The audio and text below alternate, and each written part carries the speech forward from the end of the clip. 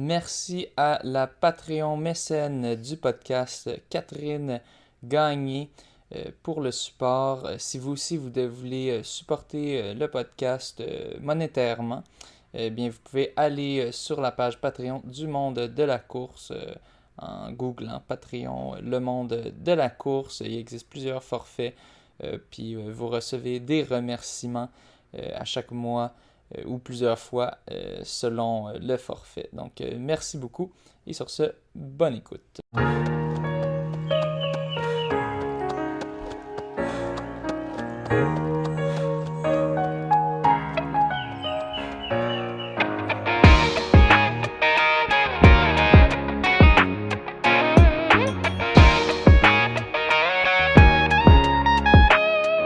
Le monde de la course. Bienvenue au monde de la course. Ce soir, je suis très content, très excité. C'est la première fois qu'on fait ça à quatre avec deux invités en même temps pour un petit reportage sur l'acquisition récente des courses gourmandes par les courses thématiques. On a avec nous Éric Fleury et Alvaro Cueto. Qui sont tous deux très impliqués dans cette organisation. Ben, Éric Fleury, c'est ton organisation, les courses thématiques. Merci beaucoup d'avoir passé le temps pour venir nous expliquer un peu comment c'est arrivé là. Je vais donner une petite introduction à nos auditeurs juste pour commencer, puis après ça, je vais vous relancer là-dessus. Et aussi, pour commencer, je tiens à remercier Catherine Gagné. C'est ma Patreon mécène, j'ai oublié de la mentionner dans les derniers épisodes parce que j'ai oublié de rajouter le petit bout que je colle au début des épisodes. Je tiens à double remercier, je vais le rajouter aussi au début de cet épisode-là, mais double remerciement à CGKIN. Allez suivre ses entraînements de renforcement musculaire pour coureurs et coureuses sur Facebook, CGKIN. Allez liker ça. Donc, pour rappeler qu'est-ce qui s'était passé, toute l'historique. Les courses gourmandes, initialement, ça appartenait à Just Run.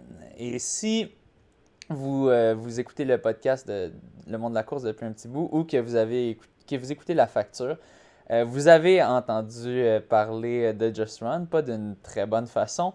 Je me souviens, c'était mon père initialement qui m'avait envoyé le reportage. Ben, ça montrait en gros, c'était rempli de magouilles. Celui qui était derrière tout ça, Patrick Aubé, c'était un gars qui avait plein d'entreprises à chiffres. Des entreprises à chiffres, tu utilises ça pour transférer de l'argent d'une entreprise à l'autre, pour pas avoir à payer tes dettes.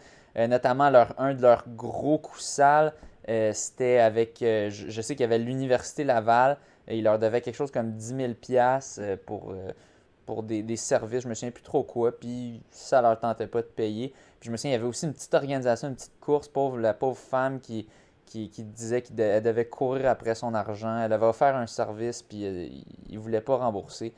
Donc, c'était des grosses tactiques sales, vraiment peu éthiques. Bon, qu'est-ce qui s'est passé depuis? Bien, évidemment, j'imagine que les gens, ça leur tentait pas trop, un peu moins de s'inscrire aux courses de Just Run suite à la sortie de ce reportage-là. Et de toute façon, ben, il y avait moins de monde qui courait ces courses-là à cause de la pandémie. Donc, il y a eu plein de courses annulées pour cause de la pandémie. C'est ça. Puis, disons, j'imagine ça, c'était pas trop du genre un passionné qui allait essayer de trouver une façon de faire ces courses-là. Patrick Aubé, il s'est dit, OK, bon, on cancelle. Puis, bon, j'imagine j'espère qu'ils remettaient des inscriptions pour les années suivantes. Ben, finalement, en avril 2022, donc de cette année, X-Light Run a fait l'acquisition des courses gourmandes de Just Run. Donc, pas toutes donc, Just Run avait aussi des courses de parcours, des choses comme ça. C'était seulement pour le volet courses gourmandes, qui sont souvent mélangées avec les courses thématiques. Je me souviens, j'ai jasé de ça justement récemment avec John LaFranco, mon coach, et il disait ah, c'est pas la même chose ça. Donc, il n'est pas le seul. Il y a bien du monde qui mélange les deux. Disons que c'était pas trop le fun pour Eric et Alvaro, étant donné que les courses gourmandes n'avaient plus trop une bonne réputation à cause de Just Run. Bon, finalement, ça a été un peu plus difficile que prévu pour X-Light Run, qui avait des problèmes de logistique pour mettre en place ces courses-là. Et finalement, ben, c'est les courses thématiques qui viennent tout juste dans la dernière semaine de faire l'acquisition des courses gourmandes. Ben, on a avec nous les deux pièces importantes de cette acquisition, j'imagine, qui vont pouvoir nous expliquer un petit peu le raisonnement derrière cette acquisition, la logistique derrière tout ça. Ben, je vais laisser Eric commencer. Qu'est-ce qui t'a motivé un petit peu à aller chercher, à aller faire l'acquisition des courses gourmandes, malgré tout le... J'imagine que c'était pas si simple que ça. Non. Avant de laisser la parole à Eric, excuse-moi, juste préciser que je ne fais pas partie de l'acquisition. Moi, je suis juste le gars des communications, OK. le gars qui donne un coup de main. Donc, OK, on te rabaisse un petit peu une bonne problème, humilité. je Bonne préfère humilité de... pas créer de confusion. Parfait, parfait. Alors, oui, effectivement, ça n'a pas été une décision facile. Je n'étais pas prévu du tout. C'était peut-être pas dans notre plan non plus de le faire. Mais certainement que parmi les motivations, c'était peut-être d'éteindre la confusion, que ce qu'on parlait tout à l'heure, Ouais. d'éteindre une fois pour toutes la confusion, puis de dire, ben là, on va arrêter là, de se justifier. Puis nous, c'est pas la compagnie qu'on achète. Là. Dans le fond, ce qui nous a été offert, c'est simplement comme les droits de continuer, parce que la compagnie, moi, je la connais pas, la compagnie qui est existante. Ce qui nous a été offert, ce sont les coureurs et aussi les droits les noms commerciaux, choses comme ça. Donc, puis pour ce qui est du matériel, le peu ce qu'il y avait là, aussi, là, ben, je pense qu'on fonctionnait bien avec notre matériel, avec ça, c'était pas un critère de notre côté. Mais on s'était dit, écoute, on le voyait d'un côté opportunité, d'une façon de dire hey, let's go sur le territoire de la Montérégie, beaucoup de coureurs insatisfaits. On est là, venez donc chez nous, puis on en a en masse de courses, puis venez donc chez nous, puis venez, il n'y a aucun problème, on va vous prendre. Puis, je pense que dans un contexte de reprise après pandémie, parce qu'on est encore en reprise, mais ça peut juste enlever ce baume-là d'avoir des inscrits depuis 2-3 ans. Puis on est tanné de voir ça. De notre côté, on n'avait plus de notre circuit, parce que nous autres ici, on a dû en rapporter, mais tous les événements ont eu lieu. Fait qu'on n'avait plus. Fait que oui, cet aspect-là était un aspect positif, le fait qu'on a tout honoré, on était rendu là, puis on avait passé à travers cette expérience-là aussi de notre côté. Fait que c'est un bagage qui nous a aidés aussi. Oui, vous avez façon, oui, vas-y, continue. De telle façon de dire, nous autres ici, on avait 4-5 000 de personnes reportées parce que les courses étaient annulées dernière minute. Puis on voyait ça gros au départ, mais finalement, quand l'événement se passe, les gens participent, on voit que c'est pas si pire que ça. Oui, c'est beaucoup de gestion parmi le service à la clientèle, mais on avait l'expérience de l'avoir fait. Ça l'a aidé, je te dirais. C'est ça, vous avez réussi à tout défaire le backlog, si on veut, Exactement. tandis que eux, les courses gourmandes, ben, ils avaient encore une belle petite liste. Non. Non? Ben ouais, j'ai une bonne liste, oui. Très bonne liste. Mais c'était même plus bas que ce que nous, on avait. OK. C'est ça. Donc, c'était gérable. Oui, c'était gérable pour nous autres. Parce que, on a à peu près 18-20 000 coureurs par année. Fait qu'on s'est dit, dans une année, on est capable de l'absorber sans problème. Puis, on avait l'avantage aussi, quand ça a repris, d'avoir une équipe stable. Beaucoup d'organisations souffrent présentement parce que c'est dur d'avoir des gens sur les comités. Oui. Il y en a qui sont à terre. Ils étaient 5, ils sont rendus 2 ou 1. Oui. Mais nous, dans l'équipe, là, tout le monde avait hâte que ça reprenne après la pandémie. Tout le monde avait, on avait vraiment hâte et que comme on avait commencé l'année passée de bonne heure, notre air d'aller était parti, puis on était rodé. C'était un autre élément très positif parce que je ne l'aurais pas fait si les gens de l'équipe n'étaient pas prêts de le faire. Mais tout le monde dit let's go, on y va, on est dedans, ça fait 1 an qu'on roule. let's go. Ouais. C'est un peu comme ça. On parle de combien d'événements pour les courses gourmandes que vous avez repris? Mais eux, il y en avait 3. OK. Il y en avait 3, c'est ça. Là, pour l'instant, on est transparent dans le sens que on ne sait pas ce qui va arriver parce qu'il y a beaucoup de dégâts qui ont été faits à Quéville. Ouais. Puis il y a aussi certains événements qu'on a vus qu'il y a des événements qui nous irritent. Tu sais, comme on s'en cache pas, là, des navettes non plus finir, puis le départ. Ça, c'est complexité de. Ouais. Tu sais, là, nous autres, c'est la simplicité. Là. Tu viens, tu stationnes, tu viens faire ton événement, tu repars. Ça, c'est un. C'est avant de dire go, go, go, on y va, il faut quand même voir, premièrement, est-ce que la ville a un intérêt, est-ce que nous, ça nous intéresse, puis aussi la date, tout ça, puis est-ce que ça va coller dans notre calendrier. OK. Fait que pour le moment, où est-ce qu'on en est? On est à un point où est-ce qu'on est pas mal occupé. On a Granby qui s'en vient ce week-end. Puis on est sur le téléphone, on parle avec les villes, voir un peu comment eux voient ça. OK. Donc, il reste encore des événements de courses gourmandes à venir cet automne? Non. Ah non, OK. OK. Donc, les 3 événements, c'est passé. Donc là, vous vous préparez pour l'année prochaine, en fait. L'année prochaine. La seule chose qu'on s'était engagé, c'était le demi des vignobles, que lui avait été reporté. Là, je ne sais pas s'il y en a qui se souviennent, mais qui a été reporté. On avait dit qu'on donnerait un coup de main. Bien, ça, on va tenir notre parole. Là. On voulait le faire. Puis je pense que ça, si la ville et tout le monde va embarquer, oui, on va le faire. OK. Puis les événements qui vont avoir lieu en 2023, dans le fond, c'est les gens inscrits jusqu'à présent. L'inscription est encore reportée jusqu'à l'année prochaine? C'est ça. OK. Mais ils ont le choix. On a annoncé la semaine passée que s'ils voulaient faire des courses dès cet automne, let's go, Oui, venez OK. puis il y en a de l'offre en masse. Ben oui. Quand le calendrier 2023 va être sorti, on pense d'ici comme 7-8 semaines peut-être, là, ben là, ils auront le choix complet de qu'est-ce qu'ils peuvent faire. OK, cool. Puis on parle de combien, par curiosité, combien de courses thématiques que vous avez actuellement? 9. 9, OK. Donc avec ces 3-là, là, vous êtes rendu à une douzaine de courses. Wow, OK. Ben, c'est ça. Ben, il y a une chose, c'est que cette année, les courses thématiques ont accueilli un nouveau, là, la course NDL, vous le savez. Là. Oui. Oui. Donc, celle que j'organise. Donc, on est capable on a vu un peu comment fonctionne une expansion, comment on est capable que les équipes soient capables d'y aller avec un calendrier cohérent. Puis c'est donc dans cette optique-là qu'on va travailler le calendrier de 2023, c'est-à-dire, premièrement, il y a 4 événements des courses gourmandes qui sont potentiels dans notre ligne de mire. L'événement des demi-marathons des vignobles, celui qu'Éric vient de parler, les microbrasseries, les érables et les vergers. Donc, ça, c'est des événements qui, en ce moment, sont actifs au niveau de la page Facebook.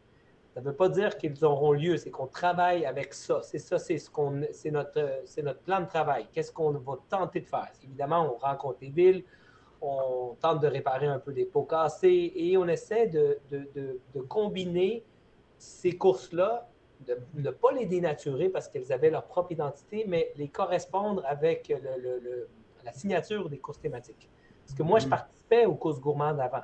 Puis oui, les fameuses navettes, des allers-retours, des ci, des ça, faire ça dans des lieux où c'est trop de bondé de monde, où on voyait clairement qu'il y avait peut-être un non-contrôle potentiel des foules et des départs et que les coureurs rapides se heurtaient avec des masses de coureurs, puis on zigzaguait, des affaires. Je vous épargne tout ce que ça pouvait impliquer comme problématique. J'ai des flashbacks du marathon de Montréal là, en ce moment quand tu me parles de zigzaguer de 2019. Là. 2019 là. Ouais. Donc, c'est surtout des éléments qu'on veut justement prendre le temps. Pas juste dire on garoche une date, etc. Il faut prendre le temps de voir les parcours, de rencontrer les villes, faire ça correctement, parce qu'on veut que les gens qui embarquent là-dedans aient la même expérience, une uniformité dans les courses thématiques, qu'elles ont toutes à peu près la même signature. Un repas à la fin, Éric en a énuméré quelques-unes tantôt, là, des beaux parcours, mais en même temps des parcours où les gens vont reconnaître la signature des courses thématiques. Ouais. Puis pour est-ce que ça vous donne, est-ce que vous avez quand même beaucoup de temps devant vous, considérant que les courses, c'est pour 2023? On sait que le temps passe vite, mais est-ce que vous jugez que vous avez pas mal de temps devant vous? Ben, oui et non. Le côté oui, c'est que nos courses à course thématique sont pas mal toutes rodées. OK. Ça, on peut cocher ça là, dans les choses que n'a pas de grands changements. Tu sais, Tour du Lac-Brome, ça fait 15 ans que je suis dans l'organisation. La plupart des événements, on sait pas mal l'équipe où est-ce qu'on s'en va, puis l'équipe, tout le monde peut rester. Fait que ça nous aide beaucoup. Là. Tu sais, ça nous permet de dire, ben, ces éléments-là sont assez stables, on peut se concentrer sur des éléments nouveaux. Et puis ça, c'est l'autre aspect, c'est depuis qu'on est revenu de la pandémie, ce qu'on essaie de faire dans l'équipe, c'est de rajouter des gens dans l'équipe parce qu'on ne veut pas attacher les gens. S'il y en a qui ont des activités, fait que ça fait cette année, là, on a beaucoup de gens dans l'équipe qui s'ajoutent, justement pour pouvoir donner plus de flexibilité. Alors, ce genre de défi-là, ben, ça va permettre à des gens d'embarquer et d'essayer justement de prendre plus de responsabilités. Mais en même temps, les villes, quand on leur parle, on leur dit un peu que notre target à nous, c'est mi-novembre à peu près qu'on ait des décisions. Là. OK. Fait que ça vient vite. Puis pour des villes, ça vient vite aussi. C'est rapide. Ouais. C'est rapide. C'est tout dépendant de la grosseur de la ville, là, oui. Mais c'est quand même rapide. Vous avez quelle ville? Oh, confidentiel. OK. Non, c'est pas que c'est confidentiel, c'est que la problématique, c'est qu'on ne veut pas créer des attentes. On parle avec plusieurs villes parce qu'il y a toujours des plans A, plan B. Okay. Par exemple, on peut avoir parlé avec une ville, puis là, tout est enthousiaste, tout le monde, les élus, tout le monde est d'accord. Puis, il y a un fonctionnaire qui arrive et dit, ouais, mais il y a des travaux dans telle place, on ne peut pas faire ça. Oups, là, finalement, ça tombe à l'eau. Donc, il y a des impondérables qu'on ne contrôle pas. Donc, garrocher une ville ce soir, là, ça serait irresponsable parce qu'il y a des gens qui nous écriraient après disant « vous avez dit, Jean-Henri, que vous allez le faire. » Donc, on travaille dans plusieurs scénarios, puis il y a des plans A, plan B, plan C pour être en mesure de vraiment offrir un calendrier. Puis on tente, dans la mesure du possible, de ne pas non plus, exemple, le marathon des érables se tenait au Mont-Saint-Grégoire. Si on est capable de le retenir au Mont-Saint-Grégoire, on verra, mais on ne déménagera pas ça dans le bout de Sorel. On va essayer de rester dans le coin pour que les gens qui ont vécu une certaine expérience puissent sentir qu'il y a quelque chose qui se ressemble. Mais ça va dépendre. Nos décisions vont être vraiment avec ce que les villes vont nous répondre. Et la logistique que ça implique, parce que si on a une ville qui nous dit oui, mais venez courir dans notre ville, mais vous voyez, ça, c'est le petit carré, là. Vous avez 4 km, puis faites le tour 10 fois. Là. Parfait, on a un marathon. Non, merci. Là. C'est pas agréable pour le coureur. Donc, nous aussi, on tente d'intégrer une signature qui nous est propre pour que les gens puissent vivre une vraie expérience, puis qu'ils ne se disent pas, aïe, aïe, on est venu ici, puis c'est du gros n'importe quoi. Là.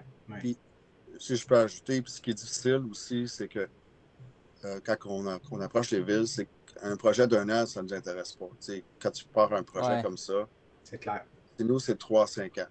Alors, on dit, on comprend, on demande d'avoir un projet avec nous 3-5 ans, parce qu'on sait que les premières, deuxième années, c'est du rodage. Là, puis, on va au Marathon Montréal, bravo, ils ont recommencé ça. C'est un peu la même chose pour une première année. Là, ils savent, eux, qui ont du rodage, puis qui vont s'améliorer, puis ils ont pris beaucoup de notes, j'en suis convaincu. Oui, définitivement. Ben, merci beaucoup pour votre passage. Je pense que c'est une bonne chose, les courses gourmandes. En tout cas, j'avais pas entendu trop des super bonnes choses, souvent des plaintes parce que c'est moins. C'est pas tant organisé par des coureurs, des gens qui connaissent pas la course, mais on pense à Patrick Aubé que à ce que je sache, il n'était pas vraiment un coureur, c'était plus quelqu'un qui essayait de se faire d'argent puis qu'il se faisait appeler. Il disait, je sais plus si c'était lui ou quoi, qu'il était en vacances au Mexique ou en Cuba pendant qu'il y avait un événement, puis là, il se faisait appeler, puis il était comme, ben, gère ça si je suis en vacances. Justement, en parlant d'argent, on n'a peut-être pas effleuré ça, mais ça serait intéressant que les gens qui écoutent le podcast ce soir, ou ce soir, quand ça sera diffusé, comprennent qu'il n'y a pas eu de transfert monétaire les inscrits. Les gens Ouais. pensent, ils nous écrivent des fois, c'est parce que je gère les pages en ce moment, puis remboursez-moi, etc. Puis c'est pas parce qu'on ne veut pas témoigner de respect, mais il faut que les gens comprennent que nous assumons à 100% ce transfert et on n'a rien obtenu, nous, de compensation monétaire, rien. Alors, on a simplement, c'est les inscrits, puis on leur offre cette occasion de venir courir, soit à l'automne pour des courses qui sont en ce moment déjà là, ou n'importe quelle de 2023. Donc, Fait que pour résumer, dans le fond, tu sais, vous avez acheté les courses, vous avez acheté comme les listes de coureurs, tout ça qui viennent avec, mais la personne à qui vous avez acheté ça, ils ont quand même gardé l'argent qu'ils avaient fait des inscriptions, des personnes déjà inscrites, dans le fond. Ils ne l'ont pas redonné. Donc là, vous avez... Oui? Disait que les listes qui nous ont été, disons, les listes qu'on a obtenues là, venaient d'une compagnie qui elle-même n'avait pas obtenu des transferts, elle aussi. Okay. Oui, c'est ça. Donc, la compagnie X-Lite, elle n'avait pas reçu d'argent de Just Run pour les coureurs. Et donc, ils ne vous ont pas donné d'argent parce qu'eux, ils ne l'avaient pas. Donc, là, c'est Just Run. Mêlés, là. Oui. Il y a des gens, qui ne comprennent pas. L'historique des messages.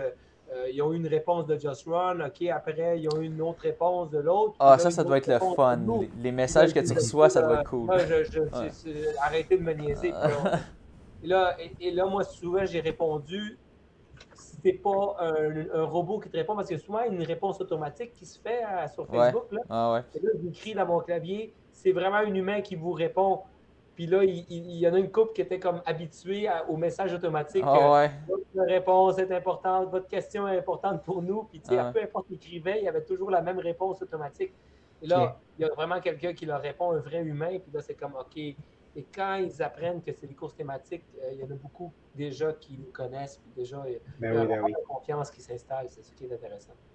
Oui, puis tu sais, ce qui est rassurant, OK, peut-être que, bon, comme coureur inscrit, je ne peux pas me faire rembourser, mais j'ai accès à plein d'autres courses aussi. Tu sais, je peux choisir la ville où je veux aller parce que, bon, comme vous mentionnez, les courses thématiques, il y en a 9. Là.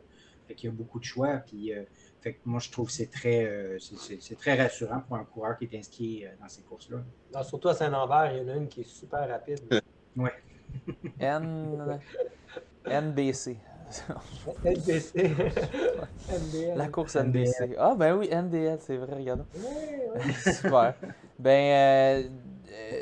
Merci beaucoup pour votre passage au podcast, Éric Fleury, Alvaro Cueto. Alvaro, on a jasé un peu et tu es intéressé de rester un petit peu après pour jaser de nouvelles du monde de la course. Donc, on va te garder avec nous. Éric, on va te dire à la prochaine en espérant te croiser peut-être à une future course gourmande maintenant thématique ou une autre course thématique. C'est toujours un plaisir de te recevoir au podcast. Merci beaucoup pour ton temps. Merci. Merci beaucoup de m'inviter là. Merci beaucoup, c'est très apprécié. Merci. Plaisir. Merci, bonne soirée. Bye bye. Super. Yes. Donc, maintenant, c'est juste nous, les boys. Donc, alors, non. On va maintenant passer aux nouvelles du monde de la course. On va commencer avec le gros événement qui avait lieu le week-end passé. Et je parle bien du barbecue que j'ai fait dans ma cour. Non, c'était le marathon de Montréal. Je n'ai même pas de barbecue dans ma cour. Le marathon de Montréal était de retour enfin. Il était censé avoir lieu pendant un certain temps en 2021. Et finalement, après je ne sais pas trop combienième vague, il avait été réannulé. Mais finalement, en 2022, c'était la bonne. C'était organisé par, je ne me souviens plus le nom, mais c'est eux qui organisent les Grands Prix cyclistes. Je ne sais pas si vous l'avez dans la tête, le nom. Carbonneau? Peut-être. Famille Arsenault. Famille Arsenault, c'est ça. T'es pas loin. Arsenault. Donc, merci. Arsenault. Donc, par la famille Arsenault. J'imagine qu'on a plusieurs auditeurs qui ont quand même pris part soit au 5, au 10, au 21 ou au marathon complet, étant donné que c'est le plus gros événement au Québec quand même. Puis je me souviens plus avec qui on jasait de ça justement, mais peut-être c'était Éric, mais que c'est important que cette course-là Oui. C'était ça, c'était Eric, hein? En fait, c'était lorsque j'étais allé avec Eric parler du marathon de Montréal après 2019. C'était en 2019, justement, juste après qu'il y ait eu le décès. Puis un peu, c'était le thème de ce podcast, c'était comment on organise une course, qu'est-ce qu'on Oui, fait, comment on Ouais, voit, ouais. là, les yeux de l'organisateur. exactement, quand on, c'est ça, comment organiser une course, puis, parce que c'est ça, parce que c'est ça, là, j'ai perdu le Ben, ce fil, qui est mais important, c'est oui, ce que tu veux dire, c'est que pourquoi, pour n'importe quel organisateur au Québec, on observe Montréal parce qu'on oui, veut que ça se passe bien. C'est la exact, pépinière des courses à pied. Beaucoup de gens commencent à courir à en Montréal, s'inscrivant à Montréal. ouais, S'ils vivent une mauvaise expérience, ben, c'est sûr que parfois, ben, ils vont soit perdre confiance ou ne vont pas prendre ça au sérieux. Tandis que s'ils vivent une expérience extraordinaire, ben, peut-être ça va les motiver à aller dans d'autres événements plus petits exact, et tout aussi bien organisés. Donc, c'est important que ça se passe bien à Montréal. Donc, on surveillait de très près de voir comment ça allait se dérouler. Là. Alors, oui, OK. ben, c'était pas justement, ben, on va se parler de nos impressions. J'y étais en tant qu'élite au demi-marathon. Tu y étais, Alvaro. Est-ce que tu avais réussi à avoir une inscription élite Oui, aussi? Oui. j'étais élite parce que j'ai 40 ans et plus. Oui, Alors, Elite Masters, Elite oui, Master, c'est c'est le le fun, fun ça. ça. Ouais. Ouais. Donc tu étais, ben c'est ça, on s'est croisés dans la petite section des élites au départ. Et Mathieu, ben t'es venu en tant que spectateur. Spectateur. Il a passé à Parfois, travers des trous de clôture ouais, pour se ouais, rendre parce que le pont, pour me rendre sur l'île. ouais, le pont, c'était le pont de la Ben, Concorde en ou fait, le. c'est Vas-y. le pont d'accès par la rive sud là, qui est à côté du pont Victoria. L'accès, il fermait à 6 heures le matin Ouais, je et comprends je pas passais à ça. 6h30. Donc, mais ça a donné que dans la clôture frost, ben, il y avait un trou d'un bord puis un trou de l'autre bord de la clôture. Fait que j'ai pu passer mon vélo, puis je passais par là, puis une autre clôture que j'ai enjambée, mais c'est ça. Pourquoi ils ont fermé ça à 6 heures, je ne sais pas. Fait que ça a été un peu compliqué pour me rendre au départ, là, mais j'étais là, puis après ça, ben, je suis allé dans l'île de Montréal à vélo pour aller prendre des images à certains endroits, et j'allais dire j'étais le seul et unique spectateur. Au 9e kilo, puis entre le Ouais, 15 et le 16, j'étais tout seul. Puis je me ouais. disais, il n'y a vraiment pas beaucoup de spectateurs sur le parcours. Ouais, dans ce Je sais pas coin-là, vous autres qui l'avez couru, là, mais. ouais, sur le long du boulevard Saint-Joseph, c'est ça. Il y Ouais. en avait quelques-uns, mais c'est sûr, c'était pas énorme. C'est ça, on va jaser nos impressions. Mhm. Tout d'abord, pour commencer, une chose qui m'a. Overall, c'était pas. C'était beaucoup. Ben, à base, c'était dur. La barre était basse, on va se le dire, à cause des années précédentes que. Bon, le départ retardé, la personne qui n'avait pas accès au défibrillateur, mais aussi, moi, je jasais justement avec ça avec Isabelle Couture, mon ancienne prof d'éducation physique, avec qui en ce moment j'enseigne un cours à l'UQAM, qu'elle me racontait, elle boycottait ça depuis quelques années à cause justement, que c'était n'importe quoi. Elle me raconte, ne pouvait pas avoir de nourriture ou de quoi à boire à la fin de la course. Parce, je ne sais pas en combien de temps elle fait. Elle n'est pas super lente, mais elle n'arrive pas au début non plus. Puis c'est ça, elle n'avait pas accès à de quoi de sucré pour pas tomber évanouie. Puis d'aller recevoir les sacs. Je me souviens, il y avait des gens, ça prenait des heures et des heures parce que ça manquait de bénévoles. Donc la barre était basse, on va se le dire. Mais ils ont réussi à bien rehausser. En tout cas, j'ai pas entendu de problème au niveau des sacs ou lui à ce propos-là. Mais bon, un irritant que j'ai eu, je veux dire, c'était les toilettes au En départ. partant, ouais. Je suis arrivé, il restait au moins 25 minutes. Dans le fond, j'ai fait mon warm-up en venant en courant à partir de chez mon ami Olivier Robergeon. Donc, c'était censé me donner 6, finalement, ça me donnait 7. Donc, un long warm-up, mais c'est ça, là, je voulais faire mon caca d'avant-course. Et là, c'est ça, je m'en vais, je vais pour aller à une toilette. Là, il y a une petite file, mais là, je regarde, il y a une seule toilette. Fait que c'est sûr que je rentre pas. Là, je m'en vais au truc des grandes toilettes parce qu'il y en a comme une belle trolley, mais la file était super longue. Je dis, ok, c'est sûr, je vais pas. Au final, je suis allé dans un buisson. Et au moins, il y avait des grandes feuilles. Mais c'est ça. Fait que c'est ça que ça a donné. Je vous épargne les détails. Mais bon, ça c'est un petit irritant. Tu sais, ça aurait été le fun, soit des toilettes élites ou en fait juste plus de toilettes pour que tout le monde puisse aller aux toilettes avant la course. Je sais qu'il y a certains coureurs que c'est pas grave s'ils sont. Le départ était 7,45, c'est pas grave s'ils sont pas sur la ligne de départ à 7,45 vu qu'ils sont dans des pelotons plus en arrière. Mais quand même, je sais pas si c'était tout le monde qui était dans des pelotons plus en arrière. Mais ça a été un petit irritant pour moi. Puis bon, après ça, le départ, le reste, c'était somme toute assez bien. Puis c'est ça, on jasait du parcours. En effet, je dirais, une fois que tu as monté la côte Berry, après ça, tu es pas mal seul, du moins pour le demi-marathon. Je sais pas si c'était comment pour le marathon. Mais ouais, je trouvais ça un petit peu seul. J'aimerais ça entendre tes impressions, Alvaro. Toi, comment ça a été ton expérience au demi? Oui, alors, d'abord, pour un événement qui avait à peu près 2400 personnes au marathon, puis à peu près dans les presque 7000 personnes au demi, donc Ouais. c'est un départ à 10 000, il y avait réellement une baisse par rapport aux années 2018-2019. Ouais, Donc, hein? il y avait moins de monde, ça c'est Ouais. clair. Ça, c'est le premier élément. Dans Montréal, comme les autres courses sont en ce moment, soit ceux qui se maintiennent au même chiffre d'avant, on considère qu'ils sont en progression, et toutes les autres descendent. Alors, il y a énormément de courses qui ont beaucoup moins de participants. Wow. Donc, c'est un fait.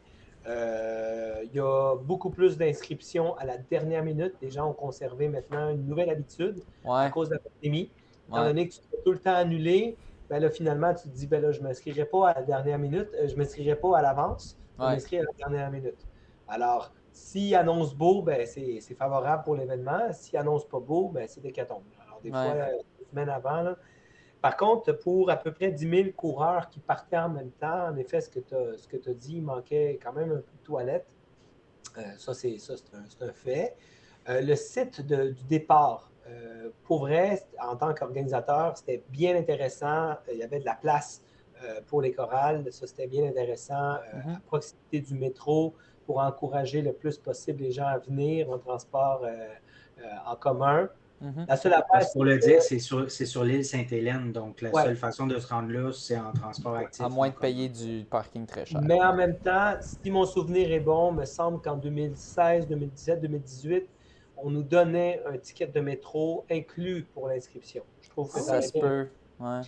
j'aurais trouvé ça intéressant qu'ils l'offrent, surtout si, s'ils veulent en faire la promotion. Donc, ça serait intéressant de l'inclure. Alors, on va y aller avec les pots et les fleurs après parce qu'il Ouais. y a beaucoup plus de positifs. J'y vais en rafale avec les éléments que j'ai constatés. Ouais. Au niveau du parcours, il manquait à chaque kilomètre des bornes pour Oui. indiquer le kilomètre. Tout Il n'y en à avait pas fait. vraiment. Tout à fait. Moi, je comprenais pas. J'étais comme, ils sont où les bornes? Ouais, bon point. J'avais oublié ça, mais c'est ça. Une chance, j'avais une montre GPS, là.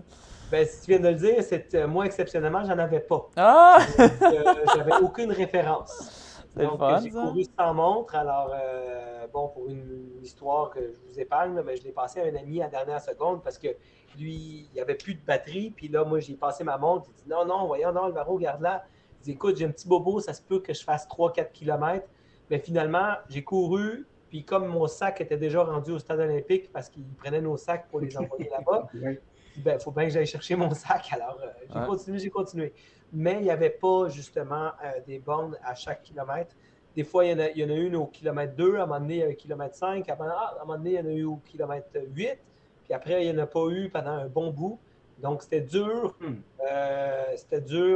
Un peu fractionner son effort ou bien tout simplement se dire, bon, ben, décaler, il me reste tant.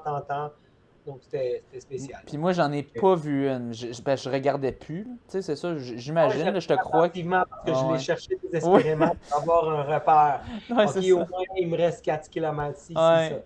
Non, mais c'est ça. Moi, j'ai regardé zéro, mais j'étais juste comme, OK, ils ont juste pas mis de borne.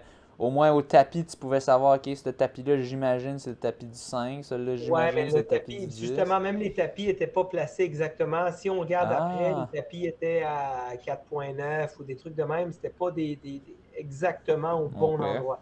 Peut-être plus tard, ils l'ont vu qu'il n'était pas Mais si je regarde comme ça pendant que je vous parle, prenons l'exemple, bon, prendre l'exemple du demi parce que évidemment, j'ai pas couru le marathon, mais juste au niveau du demi-marathon, le tapis, il y avait un tapis au kilomètre 5, ensuite au kilomètre 10, parfait, au kilomètre 14,9.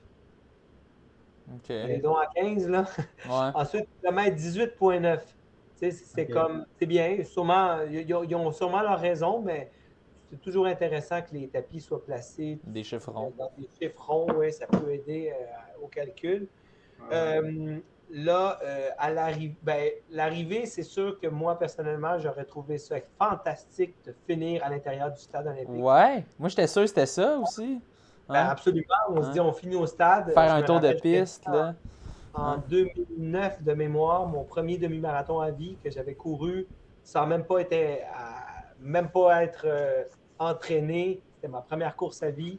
Je finissais carrément au stade. Tu tapes le dernier 400 mètres. C'est majestueux. C'est quelque Ouais. chose. Non, donc sûrement des contraintes budgétaires ou je ne sais pas. Mais je trouverais ça intéressant. Mais bon. L'arrivée, le site de l'arrivée par la suite, l'espace de sécurité, c'était bien. Par la suite, il fallait faire la petite tournée pour aller avoir la collation, les médailles. Collation, j'ai trouvé moyenne. Je pense qu'ils sont capables d'en donner plus, considérant le prix qu'ils demandent. Ouais. Mais ça, c'est mes critiques là, en tant que yeux d'organisateur. Pour le dire, c'était quoi? Un yogourt, une pomme, un petit sac de noix. C'était à peu près ça, là.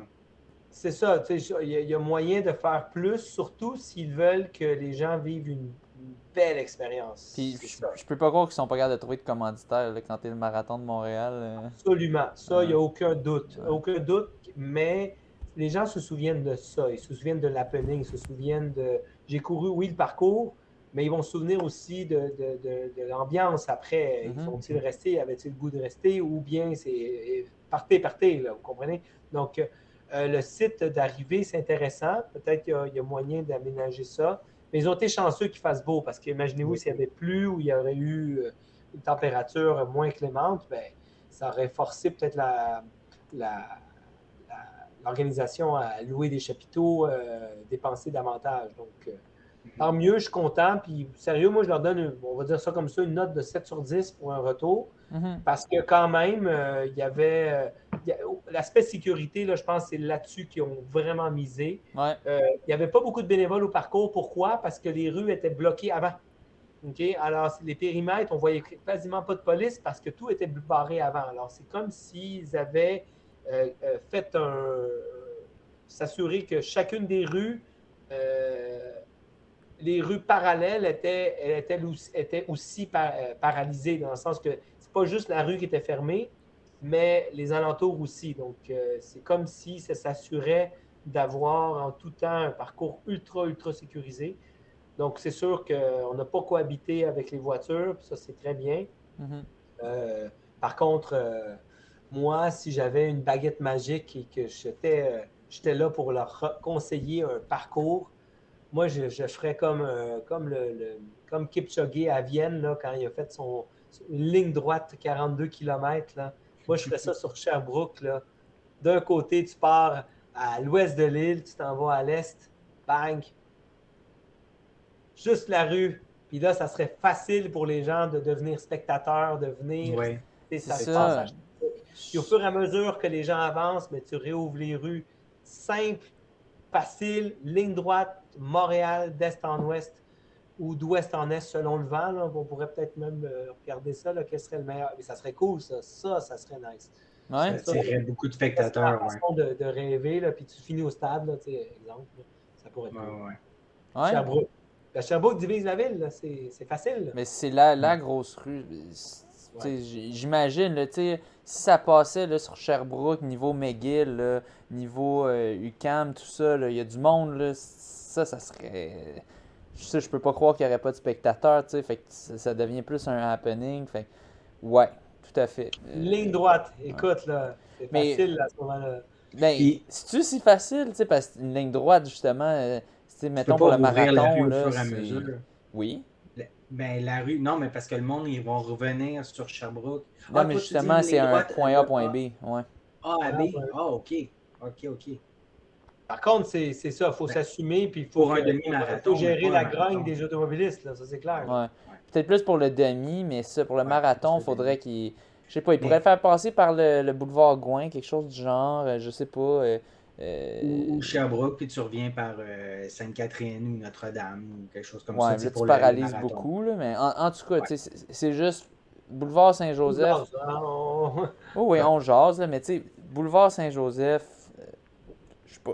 Il n'y a pas beaucoup d'amateurs de course, le boulevard Saint-Joseph. Il y a beaucoup d'appartements du plateau, mais je pense pas que. Je sais pas. J'ai vu du monde, là, puis il y a quelque chose de tellement cool quand tu cours et tu as l'impression de passer par le centre-ville.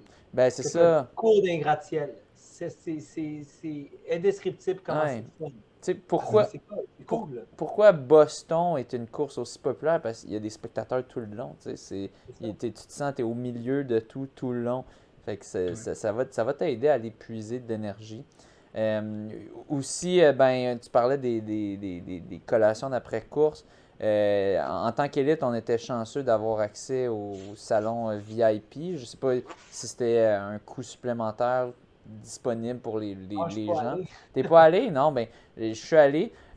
Puis ça, c'était bien, mais seul petit bémol, je dirais, c'est la seule option végétarienne n'était pas vraiment végétarienne, c'était une poutine. Mais tu sais, une poutine, techniquement, c'est pas végétarien. La sauce, à moins que ce soit celle du Saint-Hubert, que c'est vraiment une fausse sauce brune. Mais bon, ça, j'ai juste trouvé ça un peu poche. Tu sais, que toutes les options, c'était comme. Tu sais, après une course, des fois, c'est le fun de manger gras, puis tout. Mais il y avait comme trois sortes de poutine, deux ou trois sortes de poutine, puis genre une espèce de gros grilled cheese, whatever, genre au jambon, tout, mais ultra gras. Fait que c'est ça, tu sais, des fois de quoi d'un peu plus frais, ça pourrait être cool après une course. Là. Tu sais, moi, regardez, j'ai eu ça gratuit, fait que je peux pas chialer pour moi. Je chiale Non. plus pour, mettons que je serais quelqu'un qui avait payé pour ça, ben là, je serais un petit peu, Oui, c'est ça, mais il y un a petit eu peu vraiment déçu. une attention d'en faire davantage avec peut-être des tables de ravito pour les élites. C'est sûr que l'emplacement était Ils- trop proche des Ouais, autres. Ça faisait en sorte que la table était trop petite. Alors, quand tu arrivais, c'était dur de voir ta bouteille était où. Donc, ouais, ça, c'est des petits trucs, peut-être des ouais. petits irritants là, qui seraient peut-être améliorés, mais en somme toute, c'est quand même correct. Là, c'est Ouais. pas non plus. Au Mais final, la course n'est pas faite pour les élites, là, on s'entend, c'est fait pour non. tous les Mais gens qui le courent. s'ils veulent eux Mais autres, oui, entre guillemets, faire comme les grandes villes, ben c'est ça, il faut trouver le moyen s'ils veulent que de. ça soit international, tu sais, C'est Puis, ça, c'est ça. bon, on va jaser de ça justement aussi, tiens, les résultats. On va mentionner les top hommes et femmes. Euh, Chez les hommes au marathon, on a quand même eu un temps assez rapide. Gadisha Choumi, je courais avec lui au début, c'était le fun. Dans le fond, pour faire une histoire courte, je suis parti ma course en tête de course. J'ai mené premier 1 ou 2 kilos peut-être. J'avais comme un petit boost d'énergie. Puis après ça, tout le monde est venu me chercher. Il faut Euh, dire demi-marathon, marathon partent en même temps aussi. Ouais. oui, c'est ça, ils partaient en même temps. Donc c'était le fun. Je courais avec des élites, ben, dont un élite très rapide là, qui a fini en bas de 2,10. Mais c'est ça. Après ça, là, je me suis fait rattraper par les autres coureurs. J'ai pas fini premier, spoiler alert.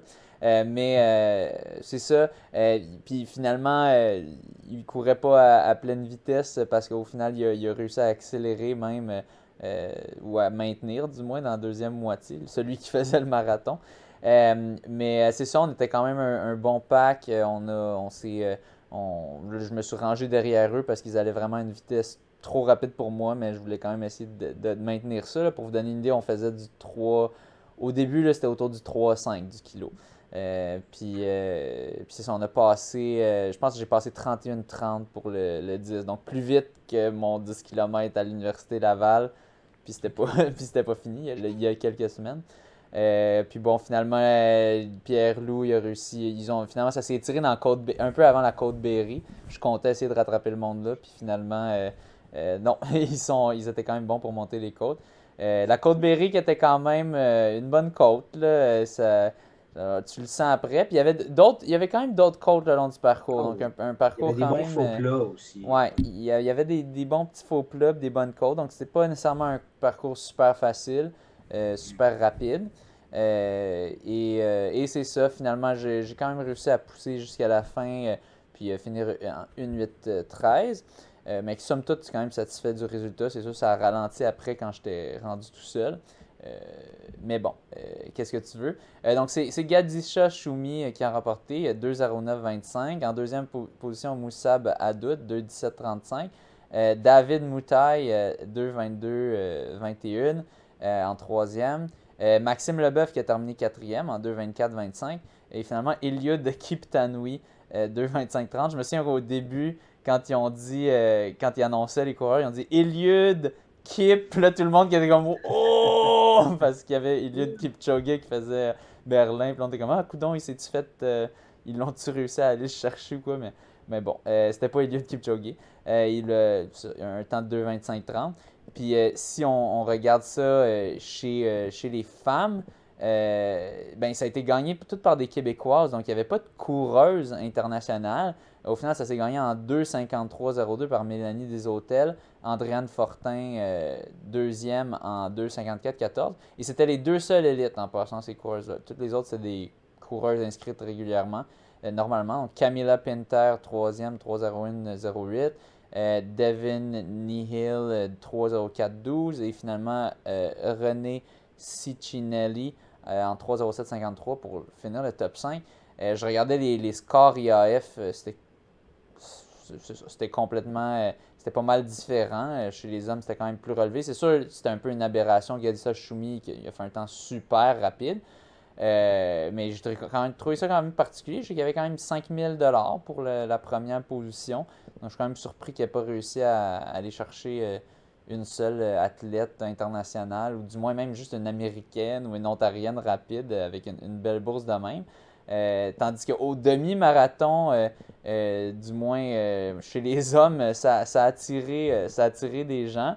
Ben, on avait quand même un bon peloton d'élite. Ça a été remporté par Phil Parrott Megas en 1:05:11. Donc, quand même très rapide, surtout sur ce parcours-là. Un athlète vegan en passant, je t'en ai mentionné, donc il est entièrement végétalien depuis un bon bout. Mohamed Agab, des Vainqueurs Plus, qui a fini deuxième en 1:05:24. Il menait pendant un bon bout.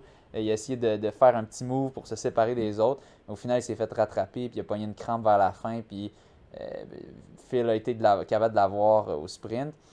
Blair Morgan en troisième, 1:07:29.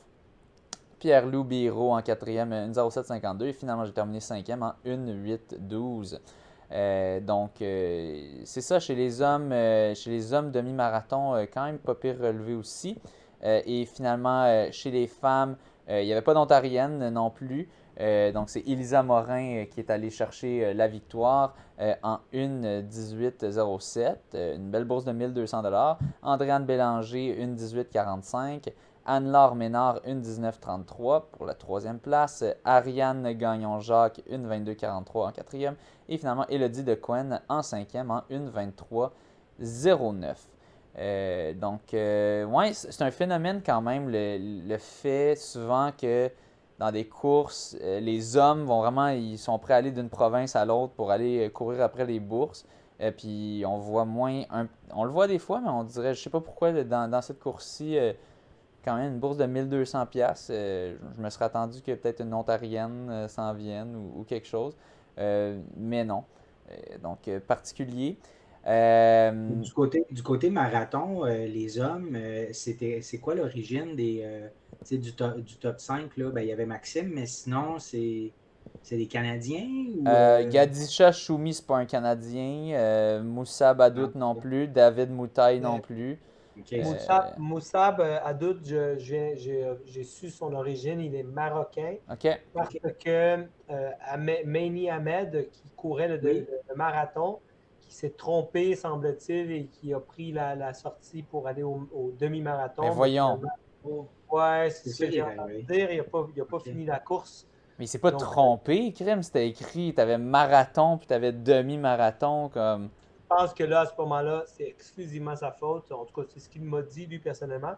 En tout cas, il m'a Ok. écrit pour participer aux 10 km de Granby qui s'en vient en fin de semaine. Et Moussab Adoud va venir aussi. Donc, le 10 Ok. km de Granby va être extrêmement relevé. Mais Wow. c'est des Marocains, donc ils se connaissent, ils vont venir les deux ensemble. Donc, Ok. cool. alors, c'est un Marocain. Ça, je peux te le dire de source ça. J'ai vu le passeport et tout.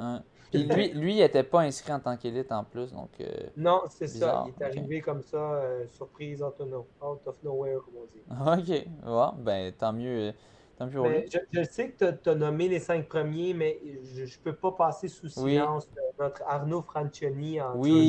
2h25-38. En 6e position Ouais. sur le Incroyable. marathon. Ouais. Parce que, Très sérieux, là, fort. ce parcours-là n'était pas facile. Puis Non. déjà, juste une salutation à notre cher Arnaud. Là, Ouais. Quelle course qu'il a connue. Un Oui, gros PB non. pour lui. Trop bébé, ouais. Ouais, Arnaud Francioni, surnommé Iron Man. On Ouais. l'a déjà reçu, puis dans le fond, son histoire, c'est qu'il était en grosse déficience de fer, étant donné qu'il était Déficit. végétarien, puis ouais, déficit, il était végétarien, puis en tout cas, il n'arrivait pas à aller le chercher. Puis là, quand il s'est mis sur les pilules de fer, là, tout d'un coup, il a découvert que c'est pas normal d'être complètement à bout de souffle en tout temps dans la course. Donc ouais, vraiment, vraiment impressionnant. Je sais pas c'était quoi son PB avant, j'imagine. 2,28 quelque chose à Granby l'année dernière. Ok, ouais. bon. Donc, Là, il revient dans un parcours qui est moins facile, plus coûteux, puis il se claque ce PB-là. Là. Wow. ouais, non, très impressionnant. C'est pas un parcours rapide. Non, c'est ça. Donc, mais c'était à la maison, j'imagine qu'il y avait beaucoup de supporters. Je sais qu'il y avait Maxime Lopez qui était inscrit en tant qu'élite, mais qui n'était pas là au départ. Dans le fond, il m'a expliqué après, il s'est inscrit comme élite juste pour pouvoir aller sur le parcours, pour pouvoir le pacer, faire son lapin autour des kilomètres, quelque chose genre 17 à 35, quelque chose comme ça. À partir de chez lui, en fait. Dans le fond, le parcours passait proche de chez lui. Là, il sortait de chez lui, il embarquait sur le parcours, puis il allait pacer un petit peu. Donc, j'imagine que ça a aidé aussi d'avoir un lapin de luxe comme ça. Mais ouais, c'est très impressionnant. C'est un gars c'est vraiment un grinder qui est parti de pas grand-chose, puis il réussit à faire toute une performance. T'as raison, bon point, merci de le rappeler. Donc ouais, fait que somme toute, c'est ça, moi aussi je pense que je donnerais un 7 sur 10 au Marathon de Montréal. Puis c'est ça, surtout qu'ils partent quasiment de zéro si on veut. T'sais, nouveau parcours, nouvel événement, il y a bien des choses à roder c'est ça, qui sont pas nécessairement parfaites la première fois, mais ce côté sécurité, il ne semblait pas y avoir de problème. Chez un moment donné, il y avait des endroits un petit peu vraiment avec beaucoup de monde, que là c'était un peu pénible parce que le monde bougeait pas, le monde se mettait pour regarder de quoi, puis là, non mais là t'es dans le chemin, puis on a comme 2 mètres pour passer, puis en tout cas. Mais somme toute, en général, c'était quand même, il faisait circuler tout ça, donc ça semblait sécuritaire. Donc, ouais, je pense que j'ai eu somme toute une belle expérience. Mathieu, voulais-tu rajouter de quoi ou Alvaro? Ah, ben non, moi je l'avais mentionné au début. Moi, pour moi, c'était important là, de pouvoir me déplacer à vélo. T'es Ouais. arrivé au bon moment pour le pack en avant du demi-marathon. Dans le fond, moi, je voulais te suivre. Fait que j'ai réussi là, à rejoindre au 9e kilo 5 minutes avant que vous arriviez. Même chose entre le 15 et le 16. Après ça, je me suis rendu au stade. Donc, pour moi, c'était parfait. Je suis arrivé là au bon moment pour prendre les images. Là. Non, j'ai bien apprécié ça. Tu as discuté avec M. Arsenault, là, je ne sais pas son prénom, ou je pense qu'ils sont plusieurs des Arsenault, c'est une famille, là, dans le fond. Mais dans la tente VIP, il me semble, François, tu avais discuté avec M. Arsenault qui mentionnait que là, il y avait comme le contrat juste pour 1 an avec la Ville de Montréal, puis que là, qu'il allait devoir s'arranger avec la Ville pour lui aussi aller chercher un contrat, il mentionnait de 5 ans au moins. Ouais, j'imagine la ville était très. Ouais, c'est ça, je pense qu'il Était parlait de ça. frileuse, là. La ville était frileuse avec raison, à cause que les dernières années, c'était n'importe quoi. Fait que j'imagine que c'était un test un petit peu pour eux. C'est Je ça. pense, je pense qu'ils ont remporté leur pari, je pense qu'ils l'auront à nouveau. Mais c'est ça, j'espère qu'il y aura plus de toilettes. Parce que. Oui. Ben, c'est ça, c'est le fun de pouvoir. sais, même si tu vas, moi, personnellement, je sais pas c'est quoi pour tous les gens, mais moi, même si je vais aux toilettes 1 heure avant la course, après mon cooldown, il faut que j'y retourne. Presque tout Non, le je temps. pense que Donc, ouais. moi, j'y étais allé chez Olivier juste avant de partir faire mon warm-up, puis non, ça prenait une de plus. Donc, vive les toilettes. Le petit caca nerveux d'avant course. C'est un rituel. C'est un Oh, rituel. ouais, je pense que oui, pour beaucoup de monde, je crois. On va continuer à avancer dans nos nouvelles majeures à Berlin. Eliud Kipchoge qui prouve qu'il est le meilleur marathonien de tous les temps encore une fois, qui va éclater son propre record du monde par 30 secondes, 2:01:09. En plus, il était parti sur des bases qu'il aurait pu faire en bas de 2 heures. Il a passé à 59:51, je pense, au demi-marathon. Je ne sais pas si son plan était d'essayer de faire sous 2 heures. Je pense que oui. Mais, ou que c'était juste de passer en 59-51, puis après ça, de pas trop ralentir. Mais c'est ça. C'est une légende, cet homme-là. Euh, il n'y a pas grand-chose à rajouter. C'est juste, c'est incroyable. C'est la Je pense constance. ouais, son record qu'il avait fait, c'était aussi à Berlin, si je ne me trompe pas. Oui. Donc, son 2h01:39. Fait que Il y a 4 ans. c'est un parcours éminemment rapide, je le crois, j'imagine, hein, pour Oui. qu'il aille battre son record au même endroit. Donc, je vais nommer le top 3 des hommes et des femmes. Oui. Fait que, bon, on a nommé Eliud Kipchoge, qui est un Kenyan en 2h01:09. Marc Korir, Kenyan, en 2h05:58. Et Tadou Abaté, Éthiopien, en 2h06:28. Mm-hmm. Du côté des femmes, c'est Tigis Yasefa, éthiopienne, en 2h15:37. Suivi de Rosemary Wanjiru, kenyenne, en 2h18:00. Et Tigis Abeyachu, éthiopienne, en 2h18:03. Je pense que j'ai vu dans des plateformes de messagerie qu'on a, il y avait des sceptiques sur la performance de Tigist Asefa, son 2:15:37, parce que je pense plus tôt cette année, elle a fait quelque chose comme un 2:33, une affaire de Oh, même. OK. Je vais vérifier là, pendant que vous continuez de parler, mais bon, peut-être qu'elle a eu une mauvaise course puis qu'elle s'est bien améliorée. Mais c'est ça. Je me souviens, on a des plateformes de discussion dans notre club. Puis il y avait des personnes qui disaient je suis sceptique. Donc, bon, seulement le futur nous le dira. Euh, mais bon, c'est tout un saut. Puis, bon, vite fait, je veux. Dis-nous donc. En fait, je vais y Ben, aller. Oui, vas-y, OK. vas-y. Ben, en fait, oui, Ouais. là, j'allais aller côté canadien. Dans le fond, il y a Natasha Wodak qui a battu le record canadien sur marathon. L'ancien record qui était de Malindi Elmore, Ouais. qui l'avait fait en 2h24:50 en 2020, je crois aussi à Berlin. Là, Natasha Wodak a fait en 2h23:12, donc elle a baissé le record d'une minute 38. Donc, C'est massif aussi. Puis, à 40 elle ans a aussi. 40 ans.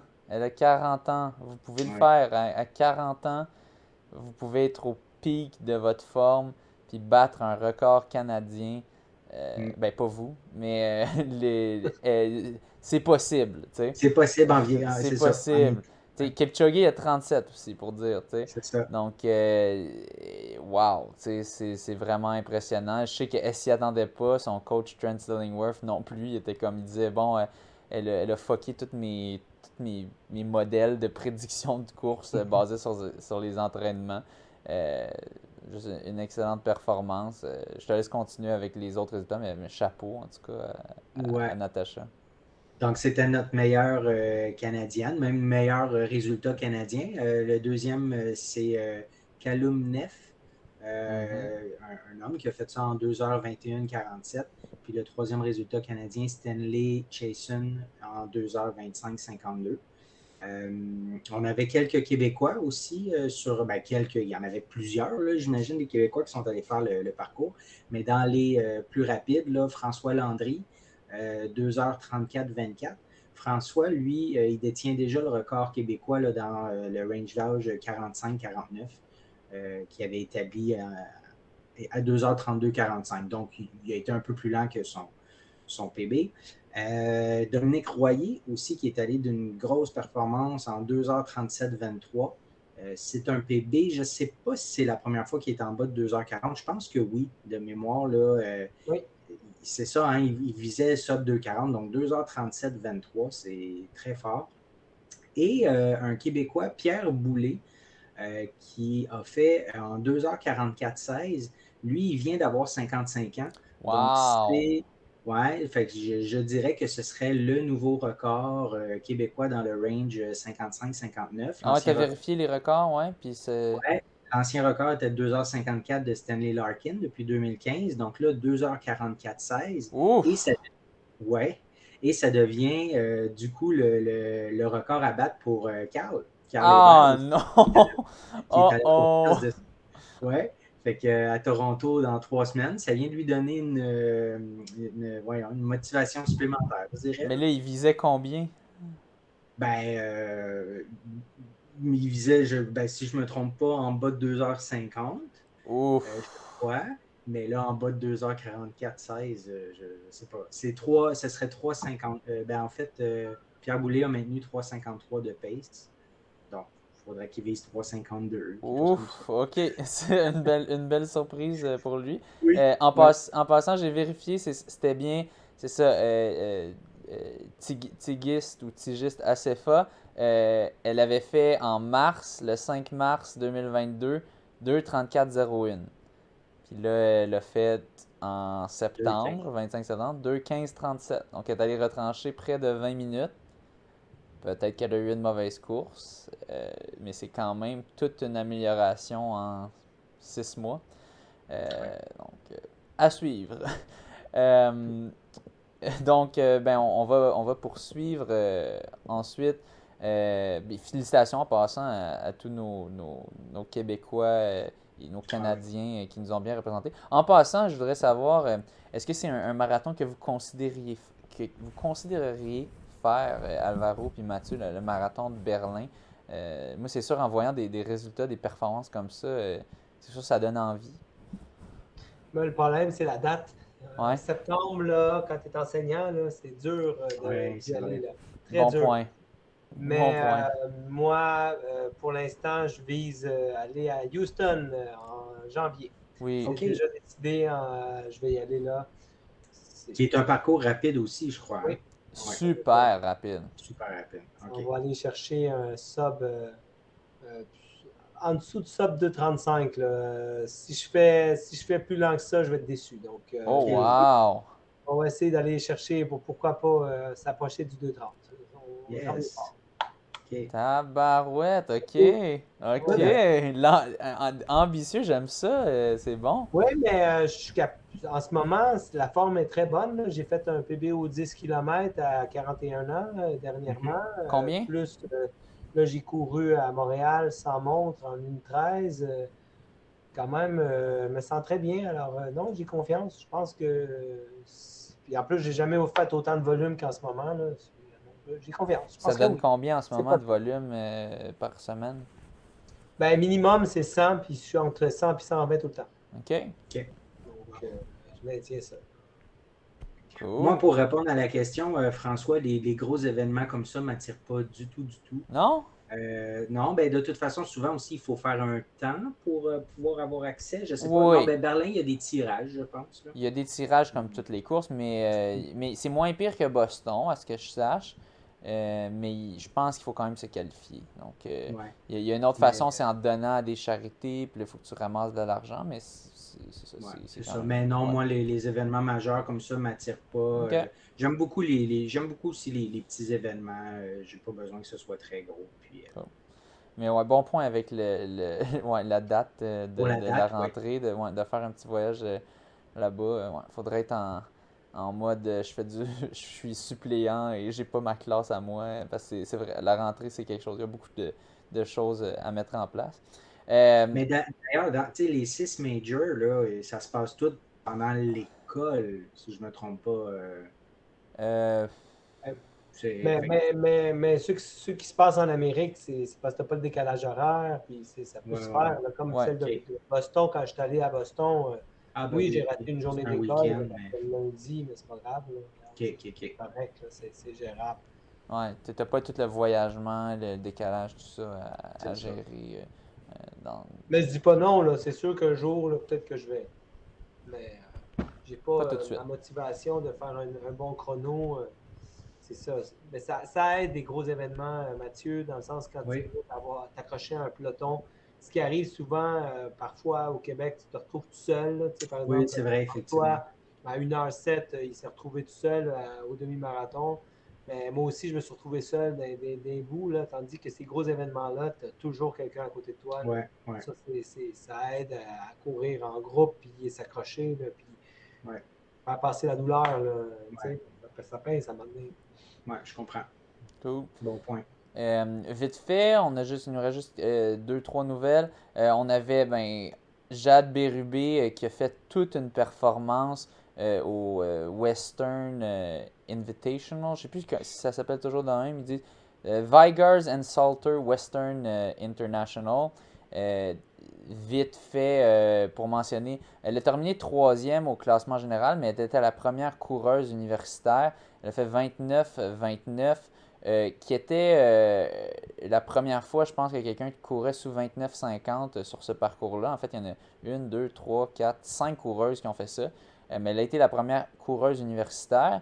Il y a aussi eu du Rouge et Or en deuxième, Florence Caron, qui a été la deuxième coureuse universitaire. Anna Goodjohn de McMaster en troisième. Sarah-Pierre Paquet du Rouge et Or en quatrième. Ensuite, je vous épargne le reste, mais des solides performances des filles du Rouge et Or. Jade Bérubé a aussi été nommée l'athlète canadienne Mon Dieu, il faudrait que je retrouve exactement c'était quoi le titre exact. L'athlète, la coureuse universitaire de cross-country canadienne de la semaine ou du mois, si je ne me trompe pas. Une solide performance de sa part. Elle montre qu'elle est en bonne forme. Ça augure bien pour les filles du Rouge et Or, encore une fois, cette année. Une équipe très solide. Si vous n'avez pas écouté l'épisode avec Jade, allez l'écouter, c'était bien comique. Elle avait des bonnes anecdotes cocasses. Donc, félicitations Jade. Je te laisse y aller avec la prochaine, l'avant-dernière nouvelle, celle sur les championnats du monde de trail. Oui, en fait, il y a Athlétique Canada a fait une sélection de 18 athlètes pour aller représenter le Canada au championnat du monde trail en Thaïlande, qui va avoir lieu à Chiang Mai. Dans les 18 athlètes, il y en a 9 quand même qui viennent du Québec. Il s'agit de Martin Dagenet, Joanie Desroches, Mathieu Dubé, David Jecker, Maïka Leroux, Danny Racine, Alexandre Ricard et Jean-Philippe Thibodeau et Rémi Leroux. C'est la première fois là, je lis un article de Distance Plus, c'est la première fois de l'histoire que seront rassemblés en un même événement les championnats du monde de course en montagne et de trail à raison de 2 épreuves pour chaque discipline. 900 athlètes de 43 délégations nationales attendues à Chiang Mai. Les épreuves, il y a 2 courses en sentier trail, court de 40 km pour 2800 mètres de D+, et un long trail de 80 km pour 4900 de D+. Puis il y a également des courses en montagne, style course verticale, qui est composée uniquement d'ascension, la classique uphill de 8,5 kg et 1000 mètres de D+. Quand même, 1000 mètres sur 8,5 kg, c'est quand même un bon degré de pente. Puis une montée-descente de 11 kg avec 450 de D+. Donc, c'est ça, 4 épreuves, 18 athlètes canadiens, 9 Québécois. Mais il y a un hic, Il y a un hic, c'est que tout le monde devra payer. Ils ont été sélectionnés par Athlétique Canada pour y aller. Mais tout le Athlétisme monde devra, Canada, oui. Athlétisme Canada, pardon. Mais tout le monde devra payer tous les frais de voyagement, d'hébergement, mais aussi les vêtements parce que tout le monde doit porter les couleurs du Canada. La fédération participe là, pour un montant, pour 40% du montant des vêtements. Mais le reste, les athlètes doivent payer. On parle d'un total là, d'environ 2400 pour aller représenter le pays. Fait que c'est un gros pensez-y bien. Là. Je veux dire, c'est le fun d'être sélectionné, mais ils ne sont pas, je dirais, subventionnés, ils ne sont pas commandités du tout. Mais surtout le fait que tu dois payer ton kit, ça, je trouve ça un peu cheap. Là. Ouais, Même s'ils payent 40% ou whatever, me semble au moins donne le kit là, si t'es pas pour payer le voyage. paye 100% du linge que tu obliges à mettre. Là. Ouais, puis, mais moi, je me posais la question, mettons, pour des championnats comme ça, par exemple les NACAC, est-ce que la fédération paie une partie Paye tout d'hébergement, d'habitude. du voyagement ou c'est D'habitude, tout moi, d'habitude, ils payent tout. En tout cas, chez Jeux de la Ah ouais, francophonie, ils payaient tout. ok. Fait OK. je sais pas. Fait que là, dans ce cas-là, ils ne payent rien. Puis en plus, les athlètes, là, les 9 athlètes québécois doivent aussi payer les frais annuels là, pour être représentés par la Fédération québécoise. Là. Mais ça, c'est pas très cher. Là. Mhm. Et c'est ça. Donc, ils doivent tout payer. Fait que dans les 18 sélectionnés, c'est pas certain qu'ils aillent tout. Donc, Ouais, en à effet. suivre. Ouais, ça va Ça, être à c'est voir. au mois de novembre, le championnat. Super. Puis pour mentionner brièvement, pour revenir sur la dernière nouvelle, les filles du Rougeur avaient terminé deuxième au classement général avec 1, 2, 4, 19, 28. C'était les Griffons de Guelph, une équipe qui a été dominante pendant très longtemps, qui l'a remporté avec un score de 44 contre 54, donc quand même très serré. Puis j'imagine qu'ils n'avaient pas toute leur squad, les filles du Rougeur. Donc on va finir finalement avec notre dernière nouvelle qui est un fait assez insolite, mais qui va peut-être susciter des débats. J'aimerais entendre en tout cas votre opinion à vous deux, puis aussi aux auditeurs, si vous avez quelque chose à dire sur le sujet. C'est un coureur de l'université McGill, Henry Wallenstein, qui est un joggler. Pour ceux qui ne savent pas, c'est quoi le joggling? C'est de courir en joggant, en fait, ou en courant rapidement dans son cas, en jonglant. Donc, il a entre autres le record du monde non officiel du mile en juggling. Tenez-vous bien, essayez de deviner c'est quoi le temps qu'il a fait en Sur un jonglant 6 pour kilos. un mile. Un mile, Ouais, c'est son record. 1619 mètres. Ouais, 1609 mètres. Oui, tu as raison, Ouais. t'as raison. Combien, tu devrais savoir avec le 1000, Oui, 200 c'est 000 ça, à l'heure. excuse. C'est correct. Je sais pas. Il n'a pas fait en bas de 4 minutes. Non. Ah non, Non, ben non, là, t'es non. malade, C'est c'est en ça. Je dirais jonglant. 4 minutes 40. T'es proche, Mathieu. 4,42. Je pense qu'il avait fait 4,34, si je me souviens Je me bien, collais autour de ça. Donc, quand même assez impressionnant. 4,32. Mais bon, c'est non officiel, mais bref, il est quand même rapide en jonglant. Et là, il est dans l'équipe de McGill. Il était sur la liste des blessés. Donc, il ne pouvait pas courir, mais il se sentait quand même correct. Donc, il a parlé avec le coach, Dennis Barrett, qui lui a dit, ben regarde, tu peux faire la course, mais tu n'auras pas de dossard. Puis à l'arrivée, passe pas le fil d'arrivée. Donc, passe à côté. Fait qu'il a dit, OK, parfait. Mais ce qu'il n'avait pas dit à Dennis, c'est qu'il allait faire la course en jonglant. Puis Dennis l'a pas trouvé drôle. Je sais pas s'il est le seul. Il y a sûrement des gens qui ont trouvé ça très drôle, mais je pense pas que le coach a trouvé ça très drôle. Et bon, après ça, ils ont eu une discussion il a quitté l'équipe. C'était mentionné dans l'article qu'il avait été cut from the team, donc vraiment coupé de l'équipe. Je sais pas c'est quoi le terme, éjecté de l'équipe en français. Expulsé. Ouais, expulsé, disons. Euh, euh, n'y a pas tous les détails, par contre, dans l'article que j'ai vu du Running Magazine et du McGill Tribune. Moi, j'ai parlé à... J'ai mes sources, j'ai certaines athlètes de McGill qui m'ont donné quelques détails. Apparemment, dans le fond, Dennis a dit, ben, regarde, ça, c'était pas trop respectueux pour tes coéquipiers de faire ça, il a battu beaucoup de ses coéquipiers dans la course. Il est quand même très fort. Donc, il a battu ses coéquipiers en jonglant, même s'il n'a pas franchi le fil d'arrivée. Il a dit, ben là, il va falloir que tu t'excuses à l'équipe. Puis lui, il était comme, ben non, j'ai rien à m'excuser pour. Puis il a fait 2 fois de s'excuser, puis les deux fois, il a dit non. Fait que là, à la fin, il a juste quitté l'équipe. Bon, j'aimerais savoir, vous, qu'est-ce que vous pensez de cette histoire-là? Êtes-vous team juggling ou team Dennis? Ben, moi, à première vue, d'abord, si le coach ne voulait pas qu'il jongle, peut-être qu'il y a des raisons, parce que pendant qu'il jongle, il échappe-tu une balle des fois, là, puis il se penche-tu pour ramasser la balle? Donc, ça peut être un enjeu sécuritaire, surtout en cross. Là, Oui, c'est avec pas des gros t'arrêter départs. comme ça, brusquement. Ouais. Ça peut être dangereux. Puis, je suis d'accord sur le fait que tu es fort, tu n'as pas besoin d'en ajouter davantage pour montrer à tes coéquipiers que non seulement je suis fort, mais je vous torche en jonglant. Faut avoir une certaine sensibilité envers l'équipe en cross. Puis moi, je suis du côté du coach, là, à la lumière de ce que tu me dis. Ouais.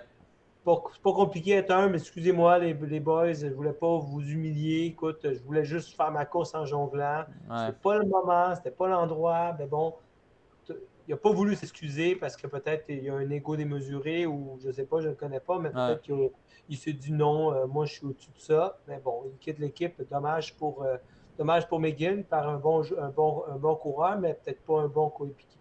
Ouais, des sages paroles d'Alvaro. Écoute, j'aurais pas pu mieux dire. Ouais. Je dis oui avec ma tête depuis tantôt. C'est exactement ça. Ouais. C'était pas le moment. Puis, exact. Puis le coach lui a permis de se racheter d'une certaine façon. Le coach ne l'a pas mis dehors dès le début. Non, il a donné des chances.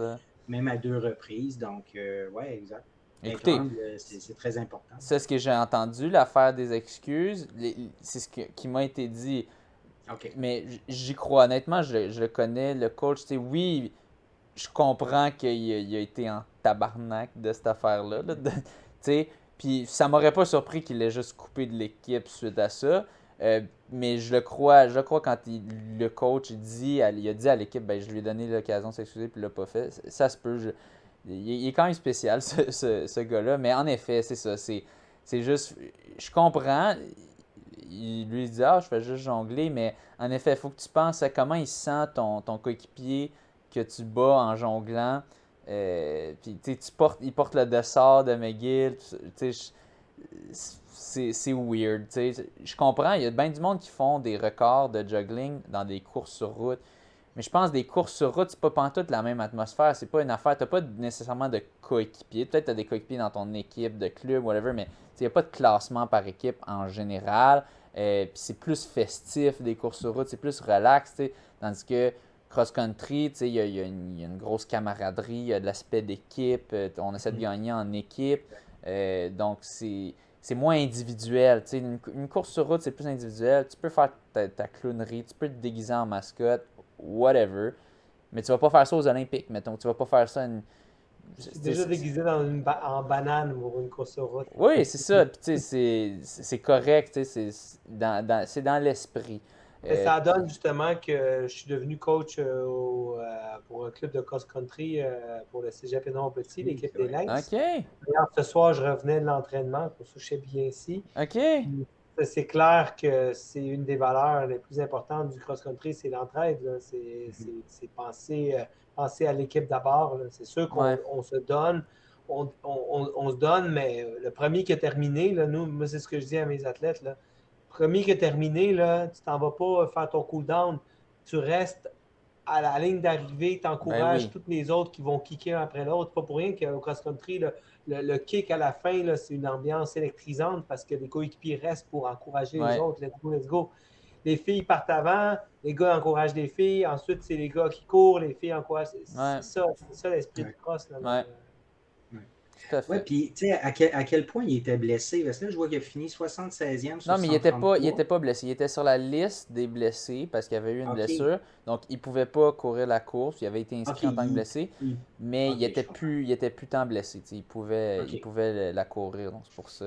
Donc, tu sais, As-tu Il il a n'avait pas le demandé. droit il avait pas le droit de la courir officiellement là, avec C'est le ça. Il dossard n'y avait pas le participer au droit. pointage. OK. Mais c'est ça. Tu sais, il a dit, ah, je peux-tu la courir à Denis? Puis là, Denis a dit, oui, pas de problème. Puis tu sais, il oublie de mentionner le fait qu'il veut la courir en jonglant. Tu sais, je pense qu'il se doutait que. En tout cas, sinon, il est très naïf ou très insouciant. Il se doutait pas que ça allait peut-être lui causer des petits problèmes puis Pour heurter moi certaines qu'il ait personnes. manqué de jugement de prendre ses balles, puis partir, puis faire son truc, à la limite, tu sais, quelqu'un qui est jeune ou Ouais, insouciant, c'est correct, mais par la suite, pas être capable d'avoir l'introspection, de se dire, OK, ce que j'ai fait était inadéquat, c'est puis ça. rester campé dans ses positions, mais c'est là que tu te rends compte que c'est pas un C'est gars ça. d'équipe. Exact. Ouais. C'est ça. Fait que, ben cool. Merci beaucoup, Alvaro, de Merci. nous avoir Merci beaucoup, rejoints pour c'était le fun. commenter, Yes. pour nous parler de cette inclusion, cette inclusion des courses gourmandes dans les courses thématiques. Qui sont maintenant, j'imagine, est-ce qu'ils changent de nom, les courses gourmandes? Est-ce que ça devient toutes des courses thématiques? Ou, Non, en effet, elles vont toutes devenir des courses OK. thématiques. On va conserver courses thématiques, sauf que dans le calendrier, ben, exemple, ça va être Tour de l'horloge, course NDL, Marathon des érables, et bon, ainsi de suite. On Ouais, va intégrer ces nouvelles courses dans le calendrier des courses thématiques. ouais. Puis bon, Alors, les le mot gens. course gourmande, le mot est peut-être voué à se diluer Ouais. dans les courses thématiques, mais les événements vont conserver leur propre identité. Alors, demi-marathon des vignobles avec le raisin, marathon des érables avec la feuille d'érable, c'est sûr Ouais. qu'on va tenter de ne pas dénaturer le tout. Cool. OK. Ben, c'est ça. Excellent. Merci beaucoup pour ton temps. Encore une fois aussi, merci à la Patreon mécène Catherine Gagné. Je vais essayer de lui donner autant de mentions possibles dans les prochains épisodes pour make-up pour les quelques épisodes j'ai oublié de l'inclure. Donc, merci beaucoup. Puis allez suivre sa page CGKin sur Facebook. Donc, merci et sur ce, bonne course. Bonne course tout le Bye monde. bye, Merci. merci beaucoup là.